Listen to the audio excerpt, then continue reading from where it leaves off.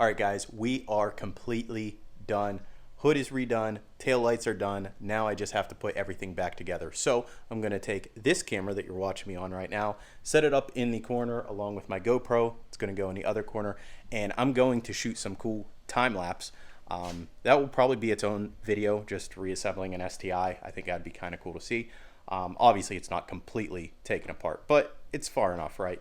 So that's what I'm gonna do. I'm not moving the cameras around. I'm just gonna shoot them and get right back to it. I don't have time to be playing around with cameras, and I am almost out of space completely. All of my memory cards are full. My hard drives are full. I have probably 3 terabytes of video from the past 2 weeks. So I don't even have room to shoot a whole lot more. But with that being said, I'll check in with you guys as soon as the car is put back together. All right, guys, update. I'm in the middle of putting my car back together, which you could tell by my filthy hand. I actually dropped the freaking screw inside my door.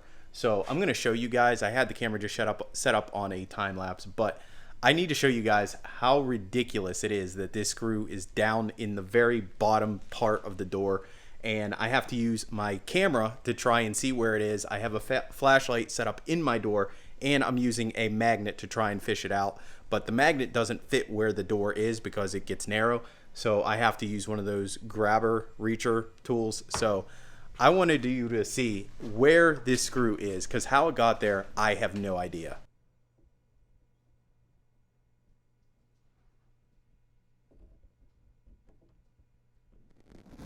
So unfortunately, that is the only way to see it. I have my phone inside the door. I have a flashlight propped up in there. I can't even see it. It's not just that the camera can't fit in there. I can't even see it the way it is because the door is rounded. So I'm going to hopefully get this out soon, but I need to pull this out because it is the screw that actually holds my door handle on. So it's not something that I could just leave there and run to the Subaru dealer or whatever and pick up a spare. I really need my door handle to not come off when I pull on it. So unfortunately, I'm at a standstill until I get this screw out. Another update. Yes. Yes. Yes. Yes. Yes! Yes! Yes! Yes! Yes! Yes! Yes! Yes! Yes! Yes! Yes! Freaking yes. Fortunately, it only took me like another 4 minutes or so, but it was a pain to try and get this out. So I'm just glad that you guys are able to share in this moment because, like I said, this is why I hate working on cars. I don't know who these people are who work on cars and have a glorious time every single time. Every time I work on cars, it's a pain in the ass for one reason or another, whether something is breaking or something gets lost or you drop a bolt that's not magnetic, which in this case it is, but my magnet just couldn't fit down in the door. That's how far down it was. But thankfully, I have my bolt, so now I can put my door handle back on and I don't have to worry about that coming off. And that means I could get back to putting the rest of my car back together. Later. All right, guys, another update, another problem. This time it is the passenger side front door. So I had this connected because you have to put the window up and down to do stuff.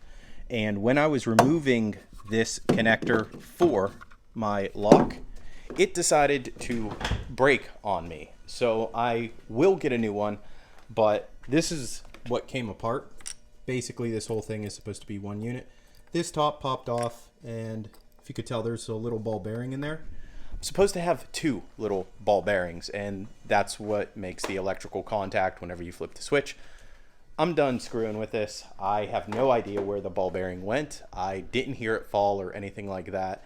So I'm just going to get a new switch, and I'm also somehow missing a bolt. I don't know where I put it. I'll find it, or if not, I'll just order another one.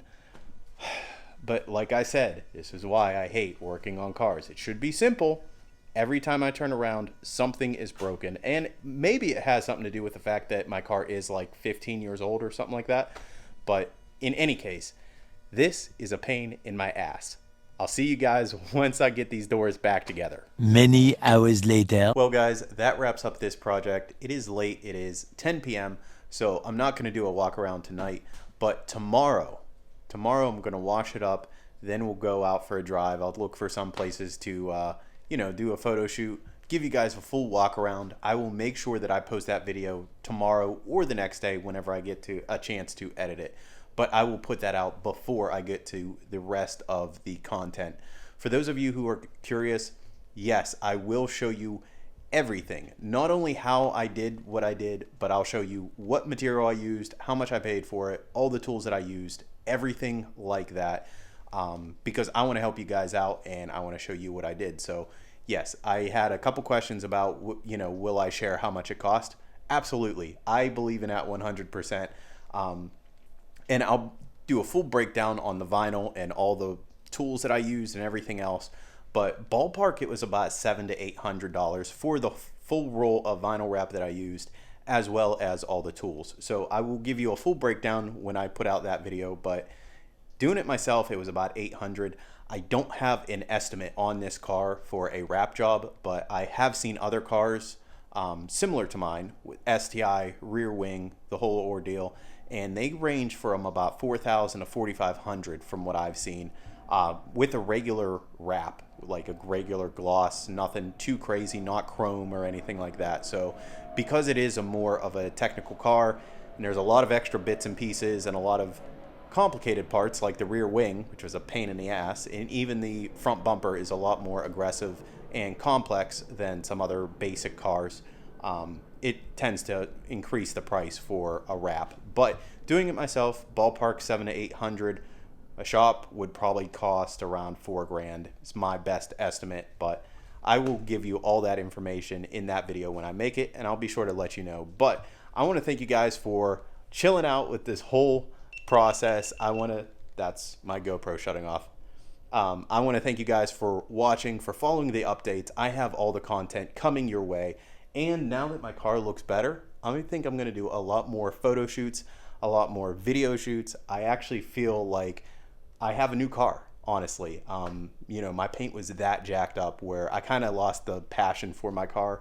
Of course, it's still fun to drive and it sounds great, but when I would look at it and the paint is all flaking and the clear coat is just decaying, it looked terrible, and I really didn't have that same pride in my car that I do now. So I kind of feel like I'm on Pimp My Ride. I imagine that's how the people felt. Have no fear, your boy X to the Z is here.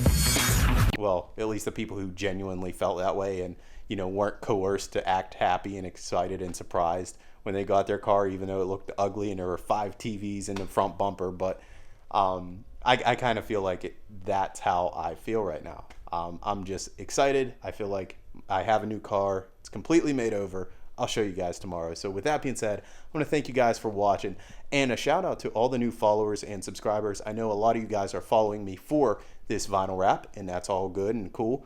I'll be showing you that. I'll have all that content coming your way. But I want to thank you guys for watching, and I'll catch you guys next time. All right, guys, last update. So it turns out that since my car has been here for so long, and I had the battery on, basically, because I had to open my windows and whatnot, right? I never disconnected the battery. So my car is dead, basically. Fortunately, I always carry some jumper cables. So before I leave tonight, I'm going to jump my own car with my grandmother's car. She has a red Chevy Cruze. She loves it, and after she saw what I did with my car, she's also talking about wanting her car vinyl wrapped.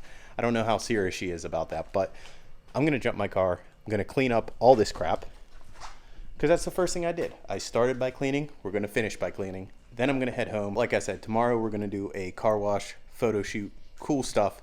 Catch you later.